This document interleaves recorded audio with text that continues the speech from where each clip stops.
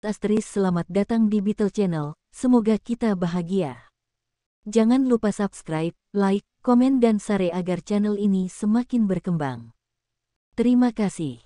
Novel jenius luar biasa. Bab 1346-1350. Setelah pemerintah China membuat pernyataan tersebut, John dan perwakilan dari perusahaan lain menerima instruksi dari kantor pusat mereka untuk segera menyelesaikan penyelesaian pribadi dengan CCTV. China adalah pasar berkembang yang masif dan memiliki potensi tinggi. Perusahaan tidak boleh melepaskan pasar yang luas ini. Banyak perusahaan merasa pasar China akan tumbuh lebih besar, dan ini merupakan pasar kritis bagi mereka. Bagaimana mereka bisa menarik diri dari pasar yang mereka buka selama bertahun-tahun?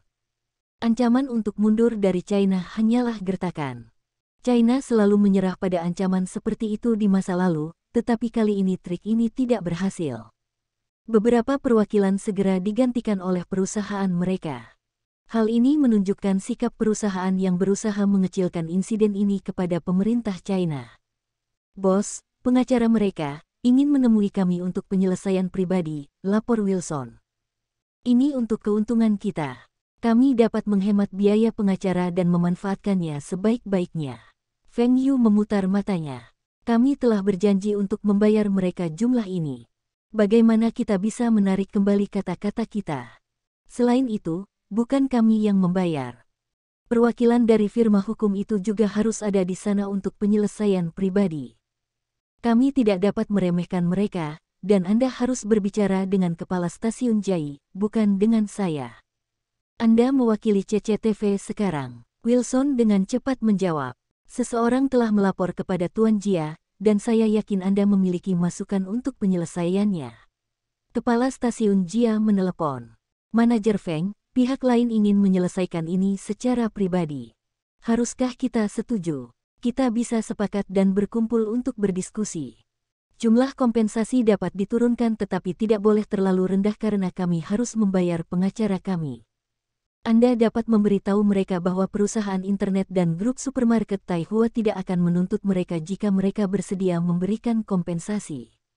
Kompensasinya bisa lebih rendah. Maka kamu berada pada posisi yang kurang menguntungkan. Kepala stasiun Jia menjawab. Chief Jia bersedia menerima hasil ini karena CCTV berdiri untuk mendapatkan keuntungan darinya dan menunjukkan kekuatannya. Dia tahu Feng Yu tidak keberatan mendapatkan kompensasi yang lebih rendah karena penghasilan tahunannya lebih dari itu.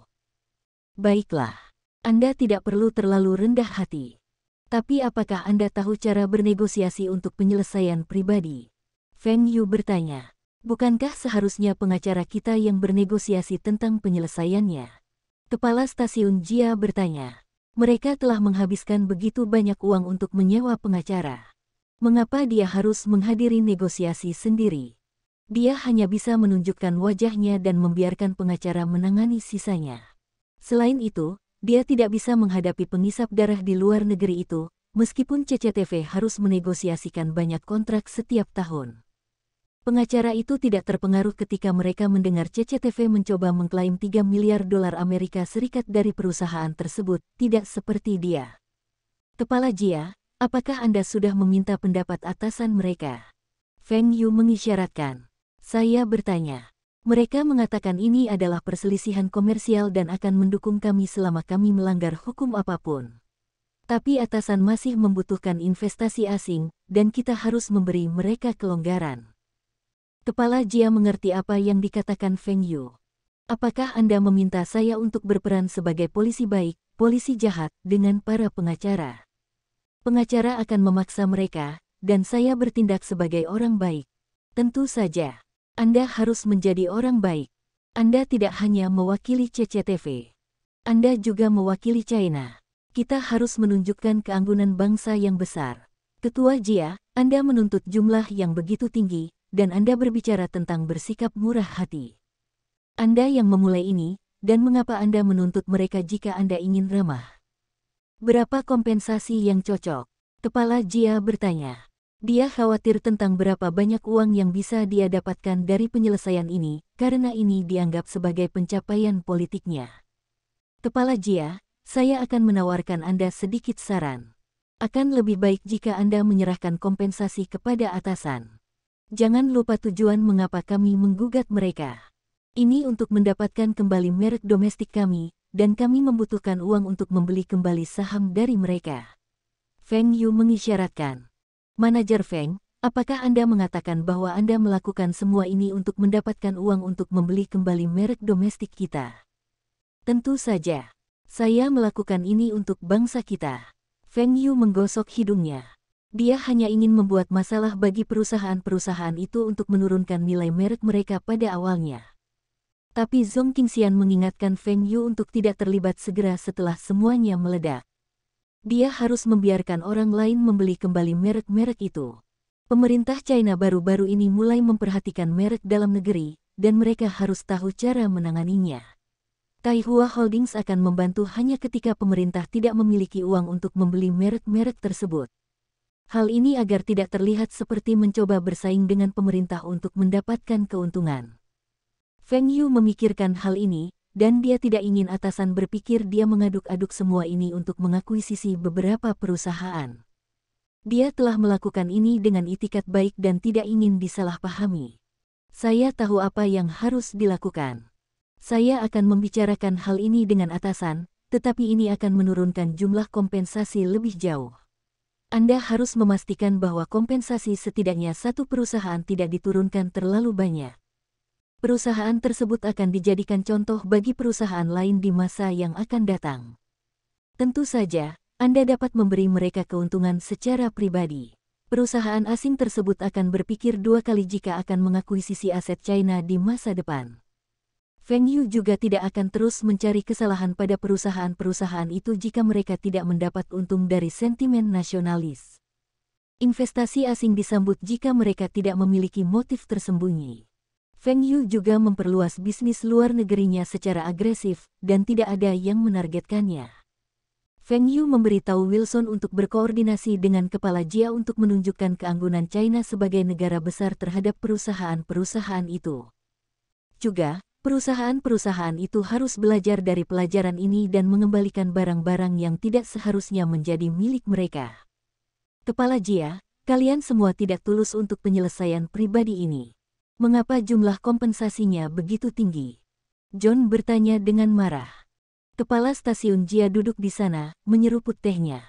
Lebih baik pengacara menangani masalah hukum.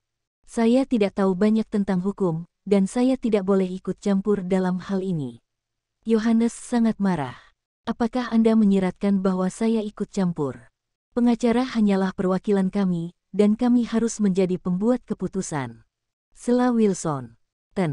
John, tolong jangan tunjukkan sikap seperti itu selama negosiasi kita.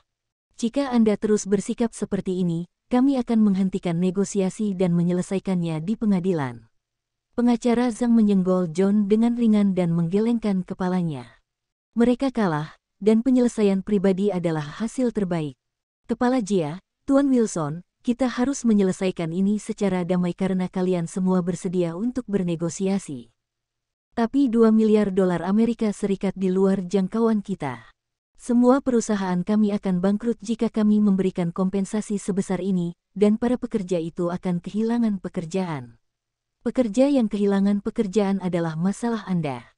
Perusahaan Anda tidak mampu membayar kompensasi, tetapi perusahaan induk Anda mampu membayarnya. Mungkin kita harus mencoba mendapatkan kompensasi dari perusahaan induk Anda, dan saya yakin kemungkinannya berlawanan dengan mereka. Wilson memelototi pengacara Zhang. Kalian semua tidak mampu membelinya. Bangkrut. Apa hubungannya dengan kita? Meskipun Wilson tahu Feng Yu tidak ingin melihat perusahaan-perusahaan ini bangkrut. Tapi dia tahu tidak apa-apa bagi perusahaan-perusahaan ini untuk tutup. Mereka dapat menggunakan pabrik dan merek mereka untuk membayar hutang mereka, dan Feng Yu dapat menghemat uang untuk akuisisi mereka. Kepala Jia merasa sudah waktunya untuk turun tangan. Tuan John dan perwakilan lainnya, sudahkah Anda semua memikirkannya? CCTV dapat diselesaikan secara pribadi dengan Anda semua, tetapi bagaimana dengan perusahaan internet itu, supermarket Taihua, Del? Berapa banyak Anda semua akan memberikan kompensasi kepada mereka? Wajah John dan perwakilan lainnya berubah. Mereka tidak mengharapkan hal-hal menjadi seperti ini. Jadi penyelesaian pribadi ini hanya dengan CCTV, dan perusahaan lain akan menuntutnya. Bagaimana kalau saya menjadi mediator? Saya akan menyelesaikan ini untuk Anda semua, dan kami dapat menurunkan jumlah kompensasi. Bagaimanapun, Anda semua adalah teman kami yang telah berinvestasi di sini. Meskipun kalian semua telah melakukan kesalahan, kami akan tetap menjaga kalian. Meminta kalian semua untuk membayar 2 miliar dolar Amerika Serikat sebagai kompensasi sekaligus itu banyak. Anda masing-masing perlu memberi kompensasi setidaknya beberapa ratus juta, tetapi jumlah ini masuk akal. Kita tidak bisa menurunkannya terlalu banyak. Baiklah. Bagaimana kalau kalian semua memberi kompensasi masing-masing 200 juta dolar Amerika Serikat? CCTV akan mendapatkan setengahnya, dan setengah lainnya akan masuk ke perusahaan online tersebut dan grup supermarket Taihua. Saya yakin saya bisa membujuk mereka. Kepala Jia berkata dengan nada, aku membantu kalian semua, tetapi ekspresinya membuat mereka kesal. Masing-masing 200 juta dolar Amerika Serikat. Jumlah ini terlalu tinggi. Saya pikir itu harus 200 juta RMB. Seseorang menggerutu. Tuan Wilson, saya pikir kita harus mengakhiri negosiasi penyelesaian pribadi ini, dan tidak ada gunanya negosiasi seperti itu di masa depan. Waktu saya sangat berharga karena stasiun TV kami memiliki lebih dari 1 miliar pemirsa. Kami adalah stasiun TV terbesar di dunia, dan saya sangat sibuk. Jadi mari kita selesaikan ini di pengadilan. Saya yakin Anda semua bisa menang dan membantu kami mendapatkan kompensasi yang masuk akal, bukan? Chief Jia menatap Wilson dengan ekspresi tidak sabar. Jangan khawatir, Tuan Jia. Kami yakin akan menang, dan perusahaan internet tersebut serta grup supermarket Taihua telah menghubungi kami. Saya pikir mereka juga yakin kami dapat membantu mereka mendapatkan kompensasi yang wajar. John dan perwakilan lainnya terdiam saat mendengar percakapan Wilson dan Chief Jia. Mereka bertindak dan mengancam mereka. Tapi ini memberitahu mereka bahwa jika mereka tidak menyetujui jumlah kompensasi, insiden tersebut akan meningkat lebih jauh. Chief Jia, kami benar-benar tidak mampu membayar kompensasi. Bahkan jika kami memasukkan aset tetap kami tidak dapat menaikkan jumlah ini. Kita pasti akan bangkrut. Tidak baik bagi orang lain untuk mengetahui beberapa perusahaan asing digugat bangkrut di China, bukan? Perusahaan kami juga berniat untuk meningkatkan investasi kami di China, dan kontribusi pajak kami akan meningkat, ujar John usai berdiskusi singkat dengan perwakilan lainnya. Kepala Jia mendecakkan bibirnya. Jadi siapa yang peduli dengan pajak Anda? Jika Anda semua kehilangan perusahaan Anda, pajak dan keuntungan akan tetap menjadi milik kami. Kepala Jia meletakkan cangkir tehnya perlahan. Apa hubungannya ini denganku? Saya hanya seorang kepala stasiun TV. Apakah departemen yang berbeda di negara Anda dapat mengganggu bisnis satu sama lain? John terdiam. Dia ingin menjawab bahwa dia lebih suka tenggelam dalam secangkir kopi di depannya daripada percaya bahwa pemerintah China tidak terlibat. Atasan Anda telah menyatakan dukungan mereka untuk Anda secara terbuka, dan Anda masih berani mengklaim bahwa mereka tidak terlibat. Jika mereka tidak terlibat, mengapa CCTV yang pertama menggugat mereka? Pemerintah China berada di belakang semua ini. Tapi John dan perwakilan lainnya hanya bisa mentolerirnya sekarang. Kepala Jia, saya yakin Anda dapat membantu kami. Bisakah Anda memberitahu perusahaan-perusahaan itu untuk menurunkan tuntutan mereka? Jia, tidak tepat bagimu untuk mencampuri tuntutan hukum lain saat kita sedang mendiskusikan kasus kita. Kita bisa membicarakan perusahaan lain lain kali. Tujuan Wilson mengatakan ini. John menatap Wilson dengan marah. Pengacara sialan ini mengejar uang mereka. Dia tahu banyak pengacara mengenakan persentase dari klaim, dan Wilson tidak ingin menurunkan jumlah kompensasi. Wilson, China adalah negara besar, dan kita harus lebih pemaaf bahkan terhadap seseorang yang telah melakukan kesalahan. Kita harus memberi mereka kesempatan untuk membuka lembaran baru. Tetapi ini juga akan tergantung pada pihak lain. Jika mereka tidak tulus, saya tidak keberatan menggunakan hukum untuk menangani mereka. Kepala Jia menjawab. John dan perwakilan lainnya saling bertukar pandang. Mereka telah bekerja di China selama bertahun-tahun dan memahami arti ketulusan. Kepala Jia, kami akan memperlakukanmu sebagai teman kami, dan kami akan membiarkan teman-teman kami. Apakah kamu mencoba menyuapku? Kepala Jia menyela mereka. Pengacara Zhang dengan cepat menjawab. Kepala Jia, maksud mereka adalah mereka akan mencoba yang terbaik untuk menyetujui persyaratanmu. Pengacara Zhang memarahi hatinya. Para idiot ini, bagaimana mereka bisa mengisyaratkan bahwa mereka akan menyuap Kepala Jia secara terbuka? Jika ini direkam, dia tidak akan pernah menjadi pengacara lagi. Kepala Jia tersenyum. Oh, karena bergabung dengan perusahaan Ventura ada di China, seharusnya lebih baik bagi China untuk memiliki saham pengendali.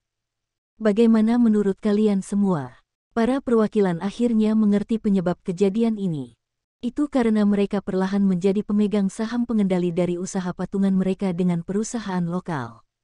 Beberapa bahkan menjadi pemilik keseluruhan, dan China ingin memulihkan perusahaan-perusahaan itu sekarang.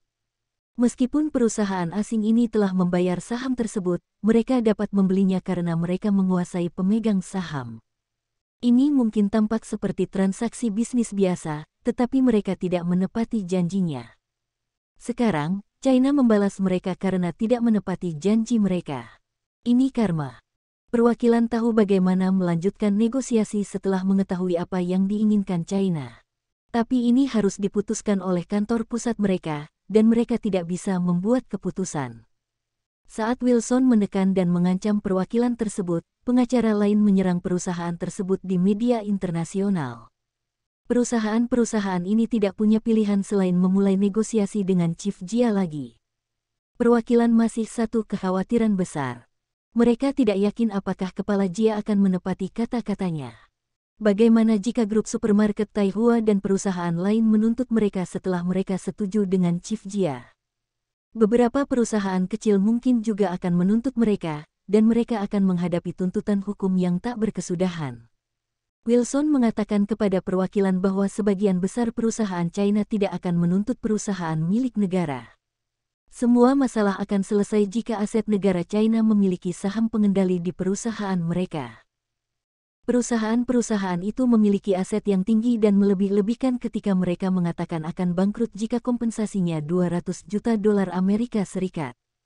Tapi $200 juta Amerika Serikat akan memutus rantai arus kas mereka. Perusahaan-perusahaan ini memikirkan sebuah ide.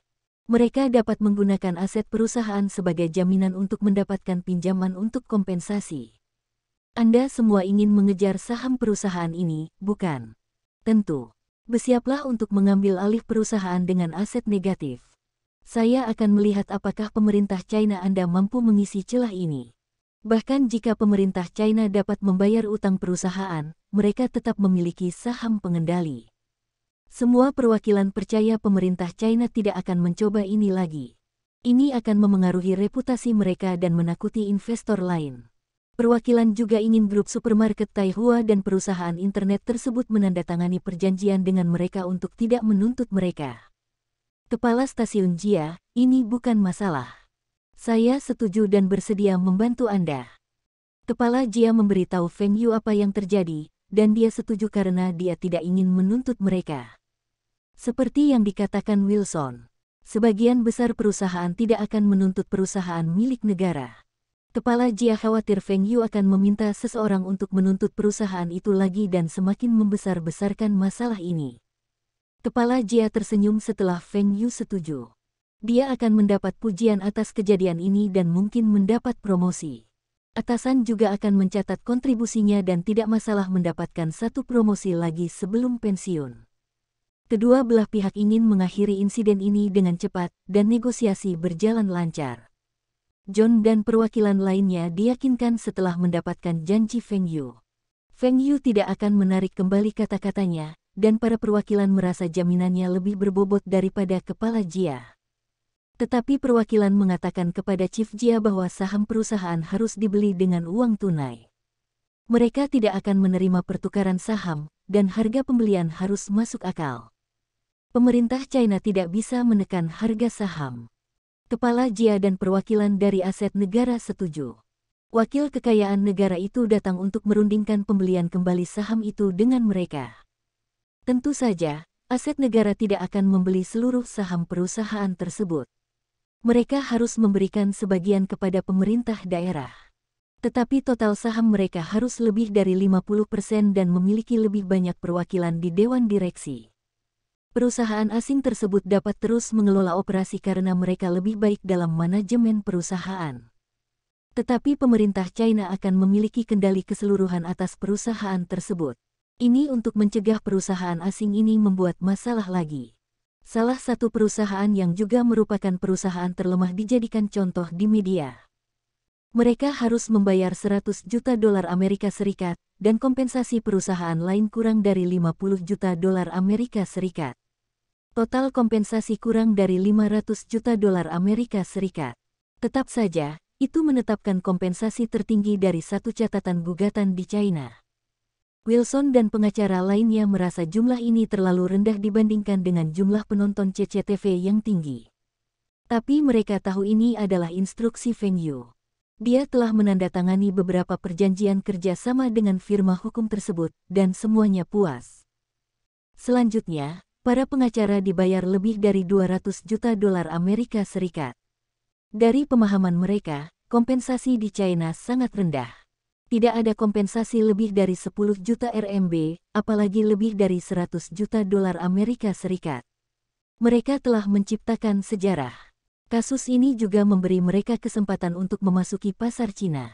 Perusahaan perdagangan akan tertarik untuk bekerja sama dengan mereka. Gugatan ini berakhir dengan cepat, dan kedua belah pihak memilih penyelesaian pribadi. Pada saat yang sama, perusahaan-perusahaan tersebut menandatangani perjanjian jual-beli saham dengan barang milik negara. Setelah Badan Aset Negara menandatangani perjanjian dengan perusahaan-perusahaan tersebut dengan dana yang mereka peroleh dari CCTV, mereka menyadari ada yang tidak beres. Pertama, produk perusahaan tersebut tidak laku dalam sebulan terakhir, dan produksinya dihentikan. Perusahaan juga berutang gaji 1 bulan kepada pekerjanya. Kedua, perusahaan-perusahaan ini tidak memiliki uang di rekening mereka dan tidak dapat memulai kembali produksi. Mereka bahkan tidak mampu membeli bahan mentah. Mereka juga menemukan masalah lain. Perusahaan-perusahaan ini terlilit utang yang banyak, dan aset negara telah mengeluarkan uang untuk membeli beban. Ketika perwakilan kekayaan negara mempertanyakan perwakilan perusahaan-perusahaan itu, mereka memberikan berbagai alasan. Mereka mengaku tidak mampu membayar kompensasi dan harus mendapatkan pinjaman. Mereka juga telah membayar pekerja mereka dan mentransfer keuntungan ke perusahaan induk mereka dengan aset likuid mereka. Perusahaan-perusahaan ini tidak punya uang untuk memulai kembali produksi, dan semuanya harus memompa uang berdasarkan proporsi saham. Perusahaan tidak dapat membayar hutang mereka dalam situasi mereka saat ini dan mencoba mengumpulkan uang sekarang. Perwakilan aset negara sempat meremehkan perusahaan asing tersebut. Dia sangat gembira untuk membeli saham tersebut tetapi lupa untuk memeriksa rekening. Pihak lain telah memainkan trik kotor dalam kontrak mereka lagi. Pemerintah China tidak dapat membekukan rekening perusahaan-perusahaan tersebut selama tuntutan hukum karena akan meningkatkan konflik lebih lanjut. Namun demikian, pemerintah China telah mendapatkan saham yang mereka inginkan, dan perusahaan tersebut bukanlah cangkang kosong. Merek, keterampilan, dan pekerja masih ada. Aset negara tidak memiliki uang untuk meningkatkan investasi ke perusahaan-perusahaan tersebut. Mereka telah menggunakan uang yang diberikan oleh CCTV dan uang mereka untuk membeli saham itu, dan bagian yang paling membuat frustrasi adalah para pengacara itu dibayar setengah dari kompensasi. Mengapa mereka dibayar begitu banyak? Feng Yu mendengar laporan Wu Zigang dan mengangguk. Mereka ditipu oleh kontrak lagi dan membiarkan pihak lain mengeksploitasi celah. Tapi itu baik-baik saja. Saya bersedia membantu. Zigang, hubungi aset negara XX dan beritahu mereka bahwa kami bersedia berinvestasi di perusahaan-perusahaan itu. Beberapa perusahaan ini, yang sebelumnya dikendalikan oleh perusahaan asing, telah berkembang dengan baik di China, terutama branding mereka. Dengan branding, pemasaran, dan saluran penjualan yang baik, produk akan menguntungkan bahkan dengan kualitas yang buruk. Jika kualitas produk bagus, maka akan lebih menguntungkan. Feng Yu tidak akan memiliki kesempatan untuk berinvestasi di perusahaan-perusahaan ini jika perusahaan asing tersebut tidak mengeksploitasi celah tersebut. Ini adalah kesempatan bagi Taihua Consulting untuk berinvestasi di perusahaan tersebut. Meski saham aset negara dari perusahaan-perusahaan tersebut akan diturunkan, namun keseluruhan saham yang dimiliki oleh pemerintah China dan Taihua Consulting akan lebih dari 67%. Ini berarti kedua belah pihak dapat bekerja sama untuk memaksa perusahaan asing tersebut keluar. Tentu saja, mereka tidak akan melakukannya sekarang karena mereka perlu mempertimbangkan citra publik mereka. China telah menggugat perusahaan asing ini karena mengambil alih merek China dan mengesampingkan aset negara. Mereka tidak dapat mengusir perusahaan asing itu segera setelah mereka mendapatkan kembali kendali atas perusahaan tersebut. Hal ini akan mempengaruhi investor asing untuk berinvestasi di China. Feng Yu telah menghabiskan banyak uang untuk gugatan ini, tetapi dia tidak menderita kerugian apapun. Sebagian besar uang itu dibayarkan oleh perusahaan asing itu. Aset perusahaan patungan telah kembali ke aset negara China dan Feng Yu. Perusahaan-perusahaan asing tersebut tidak sepenuhnya kehilangan pasar China dan telah merampas sebagian keuntungan perusahaan. Atau yang lain, hal-hal tidak akan berakhir dengan mudah. Manajer Feng, kamu telah melakukannya. Kabupaten harus belajar dari Anda dalam hal bisnis. Anggota Komite Bao tertawa. Jangan sebutkan itu. Kami melakukan apa yang kami bisa, dan itu bukan semua kredit saya. Selain itu, hasilnya mungkin berbeda tanpa dukungan negara. Apakah kejadian ini mempengaruhi kebijakan negara kita dalam menarik investor asing? Ada beberapa dampak. Beberapa investor berubah pikiran, tapi tidak apa-apa. Kami tidak dapat terus menyenangkan para investor itu untuk membuat mereka berinvestasi. Saya telah memeriksa datanya. Perusahaan-perusahaan itu melakukannya dengan baik di masa lalu, dan perusahaan asing perlahan-lahan mengambil alih. Anggota Komite Bao menghela nafas. Ini normal. Kami tidak yakin dengan ketentuan kontrak tersebut di masa lalu, dan cara kami menjalankan bisnis orang Tionghoa berbeda dari mereka. Kami menerima perjanjian lisan, tetapi orang asing itu lebih suka semuanya dinyatakan dalam kontrak. Kami sedang belajar pada saat itu, dan kami harus memperlakukannya sebagai biaya sekolah. Sekarang, kami telah mempelajari pelajaran kami dan tidak boleh melakukan kesalahan yang sama lagi. Feng Yu menjawab, biaya sekolah. Ini analogi yang bagus. Kami telah merenungkan keputusan kami saat itu. Tapi semua ini sudah terjadi, dan kita tidak bisa memutar balik waktu. Setidaknya ekonomi kami lebih baik sekarang, dan kami menyadari pentingnya branding setelah melihat Anda menjadi sukses. Jangan rendah hati karena ini adalah kebenaran. Kami sudah mulai menyadari pentingnya bekas merek nasional kami dan ingin membangun kembali citra merek mereka. Kami memiliki banyak produk populer di masa lalu. Namun, kami tidak tahu tentang manajemen merek dan melindungi teknologi di baliknya. Akibatnya, pesaing kami mengejar dan menyusul kami. Kami akhirnya memahami pentingnya, dan kami akan mendukung merek lokal kami mulai sekarang. Merek kami akan dikenal di seluruh dunia. Feng Yu tertawa di dalam hatinya. Anda semua bahkan belum menduduki pangsa pasar lokal, dan Anda memikirkan pasar luar negeri. Meskipun mungkin, itu akan melepaskan keunggulan Anda dan bersaing di area yang Anda lemah. Sebagai merek nasional China, Anda semua harus mempertimbangkan pasar China terlebih dahulu. Anda semua mungkin tidak perlu mengeluarkan merek-merek asing itu, tetapi Anda harus menjadi pemimpin pasar terlebih dahulu. Merek angin dan hujan Feng Yu, merek Songjiang, adalah sama. Mereka telah menduduki sebagian besar pasar Cina sebelum bertualang ke luar negeri. Lagi pula, mereka paling akrab dengan pasar Cina dan memiliki keunggulan dalam pemasaran dan penjualan. Hal ini akan meningkatkan keuntungan perusahaan. Keuntungan dapat digunakan untuk mengembangkan produk baru, pemasaran, dan menurunkan penjualan pesaing mereka. Dalam jangka panjang, kesenjangan antara mereka dan para pesaingnya akan semakin melebar. Misalnya, Jian Lebao. Mengapa mereka menjelajah ke luar negeri? Itu karena mereka tidak terkalahkan di pasar lokal. Distributor luar negeri mana yang bersedia menjual produk Anda jika produk Anda bukan yang terbaik di China? Anggota Komite Bao, Saya merasa kita harus membiarkan merek-merek ini membangun pijakan yang kuat di China terlebih dahulu sebelum merambah ke luar negeri. Tidak baik mengambil langkah sebesar itu.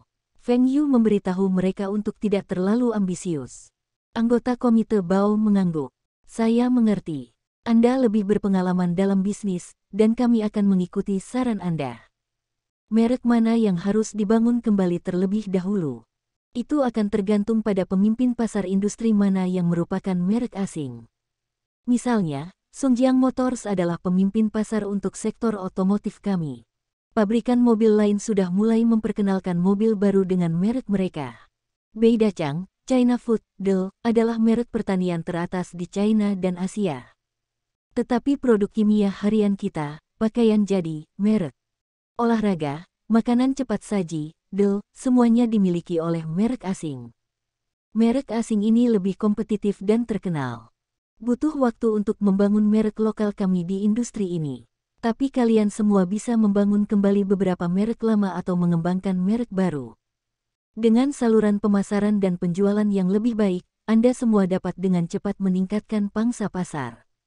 Selama fase awal, Anda semua bisa menyerah untuk menghasilkan keuntungan dengan imbalan pangsa pasar. Dengan pangsa pasar yang lebih besar, keuntungan masa depan tidak akan terlalu rendah. Anggota komite Bao mengangguk. Kita perlu melakukan penelitian. Tetapi bagaimana jika kita tidak kompetitif dalam industri tersebut? Banyak perusahaan tidak berhasil dalam semalam, dan mereka mungkin menderita kerugian jika hasilnya tidak menguntungkan mereka. Feng Yu menunjuk dirinya sendiri. Saya dapat membantu jika Anda semua menghadapi kesulitan. Jika teknologi kami terlalu jauh di belakang pesaing kami dapat membeli teknologi yang lebih maju dari luar negeri. Jika kita kekurangan dana pembangunan, saya bisa menyediakannya. Meskipun kebijakan pintu tertutup kami sebelumnya telah gagal, kami masih mandiri. Kami hanya perlu waspada agar tidak terlalu jauh tertinggal dari pesaing kami. Sepertinya membangun kembali merek nasional kita harus menjadi fokus utama negara kita sekarang. Saya telah belajar banyak dari Anda dan akan memberitahu para pemimpin. Tolong jangan tolak kami jika kami membutuhkan bantuan Anda di masa depan. Feng Yu menjawab dan merasa bangga di dalam hatinya. Senang rasanya memberikan pelajaran kepada seorang pemimpin. Oh, saya punya pertanyaan yang tersisa di benak saya. Mengapa Anda begitu yakin perusahaan-perusahaan itu tidak akan menarik investasi mereka dan akan membayar kompensasinya? Anggota komite Bao bertanya. Feng Yu menjelaskan secara singkat. Pasar. Cara termudah untuk menentukan apakah suatu perusahaan menguntungkan atau tidak didasarkan pada penjualan mereka. Faktor lain seperti biaya, Dell, adalah penting. Tetapi profitabilitas perusahaan masih didasarkan pada penjualan produk. Produk dapat hadir dalam bentuk fisik maupun non-fisik. Misalnya mobil dan konsep desain. Semua ini harus dijual untuk mendapatkan keuntungan. Tidak hanya harus memperhitungkan penjualan produk, tapi juga harus memperhitungkan rasio keuntungan. Misalnya, ponsel Win & Rain Mobile seharga 399 RMB. Volume penjualan model ini sangat tinggi. Volume penjualan 1 bulan lebih tinggi daripada volume penjualan tahunan model lain. Tapi rasio keuntungannya sangat rendah. Harga, kualitas, kesadaran merek, saluran penjualan, Dell, akan menentukan volume penjualan suatu produk. Penetapan harga memiliki dampak paling kecil pada volume penjualan, dan kualitas, kesadaran merek, dan saluran penjualan lebih penting. Kualitas menjadi yang terakhir di antara faktor-faktor ini. Kami terus berbicara tentang ekonomi pasar, dan ini menunjukkan pentingnya pasar. Pasar adalah tempat pasar dan perusahaan fokus pada sesuatu yang disebut pangsa pasar. Pangsa pasar adalah proporsi penjualan produk di pasar terhadap produk serupa di pasar. Kami menemukan perusahaan dengan pangsa pasar yang lebih tinggi memiliki laba yang tinggi. Sehingga ketika mereka menjadi market leader, brand awareness dan profit akan meningkat secara signifikan.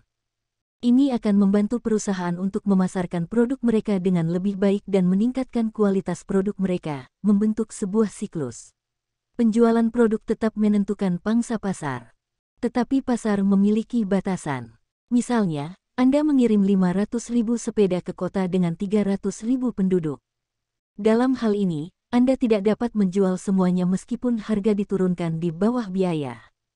Sangat sedikit orang yang akan membeli 2 sepeda. Beberapa keluarga memiliki mobil, dan beberapa lebih suka bepergian dengan transportasi umum. Akan ada juga beberapa orang yang tidak tahu cara mengendarai sepeda.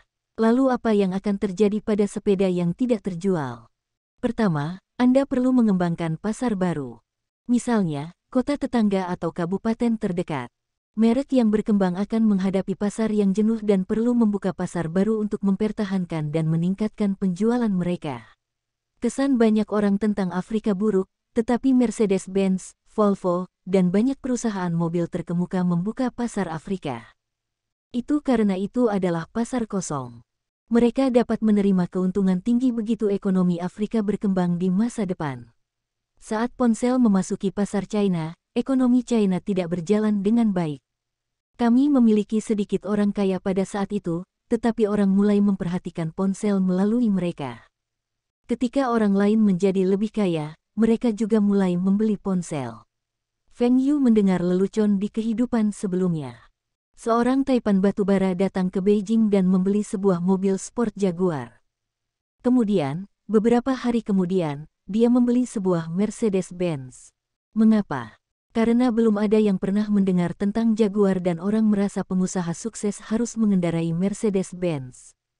Inilah kekuatan branding. Motorola dan Ericsson telah menguasai pasar ponsel China dan menghasilkan keuntungan yang tinggi. Mereka melakukannya dengan sangat baik saat itu. Setelah itu, Win and Rain Mobile dan Aiwa Mobile kami muncul, dan penjualan mereka mulai menurun. Sekarang, Ericsson terpaksa bekerja sama dengan Sony untuk mempertahankan bisnis ponsel mereka. Mari kita bicara tentang perusahaan Jepang yang terpaksa keluar dari pasar China. Mengapa mereka mencoba masuk kembali lagi? Itu karena kami memiliki pasar yang luas dan memiliki kondisi yang lebih baik daripada Afrika. Perekonomian kita berkembang pada tingkat yang mengkhawatirkan, dan daya beli masyarakat kita meningkat. Potensi pasar kami tumbuh setiap hari. Misalnya, kami menjual lebih banyak ponsel dalam sebulan dibandingkan dengan total penjualan tahunan beberapa tahun yang lalu. Saat kami memiliki pangsa pasar terbesar, kami bisa mendapatkan keuntungan terbesar saat pasar matang. Pangsa pasar yang lebih besar dapat meningkatkan pendapatan kita, tetapi kita juga dapat menciptakan aset tidak berwujud seperti nilai merek. Sebuah perusahaan terbuka dengan pangsa pasar yang tinggi, harga saham akan melonjak bahkan ketika mereka tidak memiliki keuntungan yang tinggi. Itu karena investor yakin perusahaan akan mendapat untung tinggi setelah mereka menguasai pasar. Setelah kehancuran ekonomi Jepang lebih dari 1 dekade yang lalu, mereka mulai mengembangkan pasar Cina kami. Selama periode itu, hubungan kami dengan Jepang telah membaik. Mereka bersedia berinvestasi dan membantu kami meningkatkan teknologi kami. Sebagai imbalannya, kami mengizinkan mereka untuk mengimpor produk mereka. Selama periode itu, peralatan listrik kita, mesin, sebagian besar dari Jepang. Banyak orang bahkan menganggap produk Jepang adalah yang terbaik. Jika bukan karena perusahaan dalam negeri kita berkembang di tahun-tahun berikutnya dan merebut kembali pangsa pasar, pasar kita akan diisi oleh merek-merek Jepang. Ini akan mempengaruhi pembangunan negara kita, dan semakin lama berlarut-larut, semakin besar dampaknya. Mereka mengincar pasar kami dan menggunakan kami untuk meningkatkan ekonomi mereka. Negara lain melihat ini dan memperhatikan potensi pasar kita. Memasuki pasar Cina mungkin tidak menjamin keuntungan. Tetap saja, tidak masuk berarti mereka tidak akan pernah bisa mendapat untung dari pasar yang luas ini. Tidak ada perusahaan yang akan melepaskan pasar potensial tinggi seperti kami. Lihatlah populasi kita dan pertumbuhan ekonomi kita. Itulah mengapa perusahaan-perusahaan itu tidak akan pernah melepaskan pasar China dan tidak berani menarik investasinya. Perusahaan mana yang mau melepaskan pasar ini? Bahkan jika perusahaan mereka berubah dari kepemilikan penuh menjadi perusahaan patungan, mereka masih mendapatkan akses ke saluran penjualan, dan mereka dapat mendatangkan produk lain. Kita bisa tegas selama negosiasi kita dengan perusahaan luar negeri di masa depan karena kita memiliki salah satu pasar terbesar di dunia. Mata anggota Komite Bao berbinar setelah mendengar dari Feng Yu. Dia telah memutuskan di dalam hatinya. Bersambung, terima kasih telah menyaksikan dan terima kasih telah mendukung channel ini.